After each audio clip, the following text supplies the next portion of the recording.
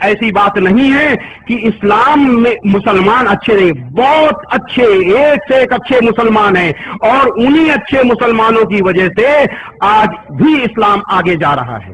اور ہم نے جب اسلام کا مطالعہ کیا تو میں نے پایا کہ سناتن ویدک دھرم اور اسلام میں جتنی نزدیکی ہے کسی میں نزدیکی نہیں ہے۔ اسلام کہتا ہے اللہ یعنی